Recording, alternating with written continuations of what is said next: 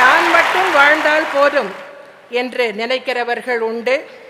தானும் வாழ வேண்டும், அடுத்தவர்களும் வாழ வேண்டும் என்று நினைக்கிறவர்களும் உண்டு.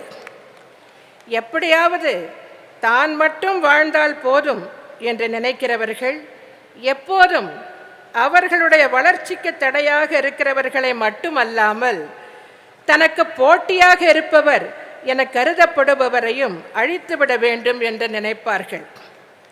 ஒரு ஊரில் ஒரு மனிதர் இருந்தார். அவர் நிறைய பாவங்களை செய்ததால் நரக படுகுழி என்கிற கிணற்றில் விழுந்து விட்டார். அந்த கிணற்றில் ஏற்கனவே பாவம் செய்தவர்கள் விழுந்து கிடந்தார்கள். உள்ளே ஏகப்பட்ட சத்தம்.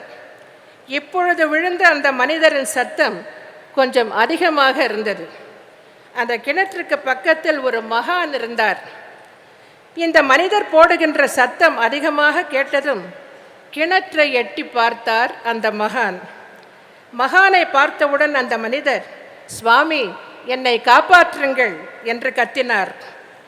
அந்த மனிதரை பார்த்ததும் மனித சமுதாயத்திற்கு அந்த மனிதர் என்னென்ன கெடுதல் செய்திருக்கிறார் என்ற விவரம் மகானின் கண் முன்னே தெரிந்தது. இருந்தாலும் அந்த மனிதரை காப்பாற்ற ஏதாவது வழி உண்டா என்று யோசித்தார். ஏதாவது ஒரு நல்ல காரியத்தை அந்த மனிதர் தனது வாழ்நாளில் செய்திருக்கிறாரா என்று பார்த்தார். ஒரு சமயம் அந்த மனிதர் தன் காலடியில் மிதிபட இருந்த சிலந்தியை தன்னை அறியாமல் மிதிக்காமல் தாண்டி போயிருந்தது தெரிய வந்தது. இந்த செயலுக்காக அந்த மனிதரை கரையேற்ற முடியுமா என்று சிந்தித்தார். உடனடியாக அவர் கையில் சிலந்தி ஒன்று வந்து நின்றது. அதனிடமிருந்து நூலிழை வெளிவர ஆரம்பித்தது. அந்த நூலிழை கிணற்றின் ஆழம் வரைக்கும் நீண்டு கொண்டே போயிற்று. உடனே அந்த மகான் கிணற்றில் இருந்த மனிதரை பார்த்து, இந்த நூலை பிடித்து கொண்டு மேலே ஏறி வா என்றார். இதற்கு அந்த மனிதர், சிலந்தி நூல் என்னை தாங்குமா என்று கேட்டார். எல்லாம் தாங்கும், அதை பிடித்து வா என்றார் மகான். சந்தேகத்துடனேயே அந்த நூலிழையை பிடித்து இழுத்து பார்த்தார் அந்த மனிதர். நூலிழை வலுவாக இருந்தது. எனவே அதை பிடித்து கொண்டு மெதுவாக ஏறி வர ஆரம்பித்தார்.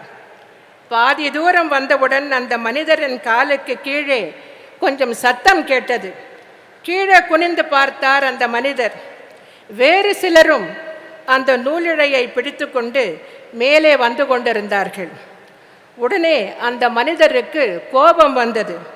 தன் இடுப்பில் இருந்த கத்தியை எடுத்து தன் காலுக்கு கீழே உள்ள நூலிழையை வெட்டிவிட்டார். இனிமேல் தான் மட்டும் மேலே ஏறிவிடலாம் என்று நினைத்தார் அந்த மனிதர். ஆனால் நடந்தது என்ன தெரியுமா? மொத்த நூலிழையும் அறுந்து விழுந்தது. அந்த மனிதரும் பொத்தென்று கீழே விழுந்து விட்டார். மறுபடியும் கத்த ஆரம்பித்தார். ஏற்கனவே தன்னை அறியாமல் அந்த மனிதர் செய்த ஒரு நற்செயல் அந்த நூலிழைக்கு உறுதியை கொடுத்தது. இப்போது அவர் செய்த பாவம் அந்த நூலிழையை வலுவிழக்க செய்துவிட்டது. அடுத்தவர்களும் வாழ வேண்டும் என்ற எண்ணம் அந்த மனிதருக்கு இருந்திருந்தால் அந்த மனிதர் கரையேறி இருப்பார். ஆனால் அவர் அதை செய்யவில்லை. எனவே அதல பாதாளத்தில் வீழ்ந்து விட்டார் அந்த மனிதர்.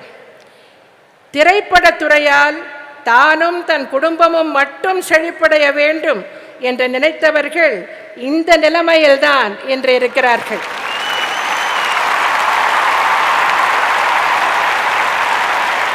திரைப்படம் என்பது பல்வேறு கலைஞர்களின் கலைத்திறனை வெளிப்படுத்தும் ஒரு கருவி என்றாலும், நல்ல கருத்துக்களையும் முற்போக்கு சிந்தனைகளையும் எண்ணங்களையும் இளைய சமுதாயத்தினரிடம் எடுத்துச் செல்லும் வகையிலும், சாதி மற்றும் மத ரீதியிலான வகையில் பிறர் மனம் புண்படாமல் இருக்கும் வகையிலும், வன்முறை மற்றும் ஆபாச காட்சிகளை தவிர்த்தும் படங்களை எடுக்க வேண்டும் என்று திரைப்பட தயாரிப்பாளர்களை இந்த தருணத்தில் அன்போடு கேட்டுக்கொள்வதுடன், திரைப்படத்துறைக்கு தேவையான அனைத்து உதவிகளையும் எனது தலைமையிலான அரசு நல்கும் என்பதை தெரிவித்துக் கொள்கிறேன்.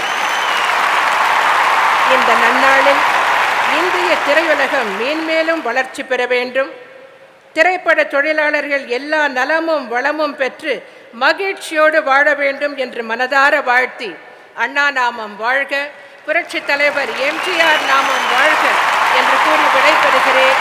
நன்றி, வணக்கம்.